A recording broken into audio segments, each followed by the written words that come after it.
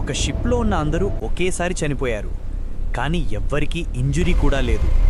ఇంకా షాకింగ్ విషయం ఏంటంటే వాళ్ళందరూ కళ్ళు తెరిచి భయంతో ఫ్రీజ్ అయినట్టు కనిపించారు.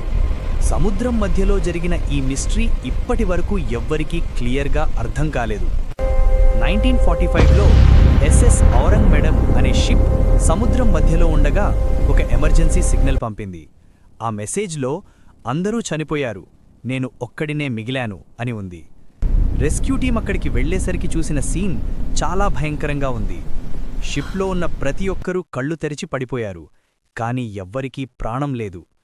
వాళ్ళని చూసిన ఎక్స్ప్రెషన్స్ కూడా భయంతో ఫ్రీజ్ అయినట్టు ఉన్నాయి. అసలక్కడ ఏం జరిగింది, వాళ్ళు ఎలా చనిపోయారు? ఇప్పటివరకు ఆ మిస్టరీకి క్లియర్ ఆన్సర్ ఎవ్వరికీ తెలియదు. ఇలాంటి మిస్టీరియస్ అండ్ ఇంట్రెస్టింగ్ స్టోరీస్ ఇంకా చాలా ఉన్నాయి. మీకోసం ఇంకా అలాంటి స్టోరీస్ కావాలి అంటే ఇప్పుడే మ్యాజిక్ మినీ స్టోరీస్ ఛానల్ని సబ్స్క్రైబ్ చేసుకోండి. మళ్ళీ ఇంకొక మిస్టరీతో కలుద్దాం.